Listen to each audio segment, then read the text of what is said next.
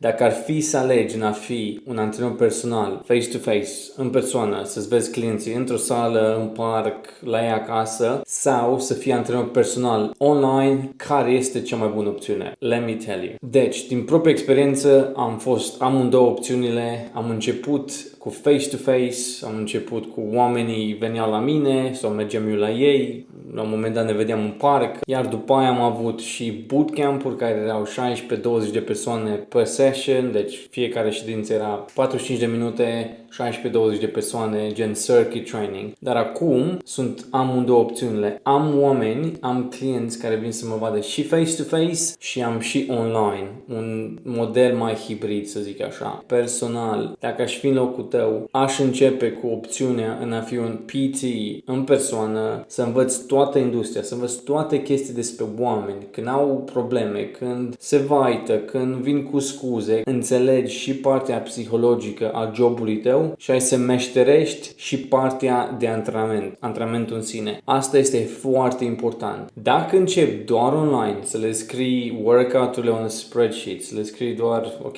faci 10 repetări și le trimiți niște video pe YouTube cu forma corectă sau te înregistrezi tu, le dai un meal plan și la revedere, keep them accountable. Asta nu este suficient, mai ales la început. You wanna be in the trenches. Vrei să fii acolo cu oamenii, să înțelegi tot, să vezi cum a intrat omul pe ușă, deja l-ai mirosit, are o problemă, nu mai e ca săptămâna de dinainte. Vrei să înveți toate chestiile astea. Mie, clientul nici nu trebuie să-mi deschide gura și deja l-am mirosit. Ori nu a dormit cum trebuie, ori are societate cu nevasta sau cu soțul, ori poate o băut ceva cu o noapte înainte, englezii. Deci toată experiența asta o să o acumulezi doar să fii acolo cu clientul, face-to-face. Să acumulezi foarte multe ore sub centura ta de face-to-face coaching. Iar după aia poți să faci ce am făcut și eu, un hybrid type of training. Clienți și online, clienți și în persoană, așa ziua mea arată super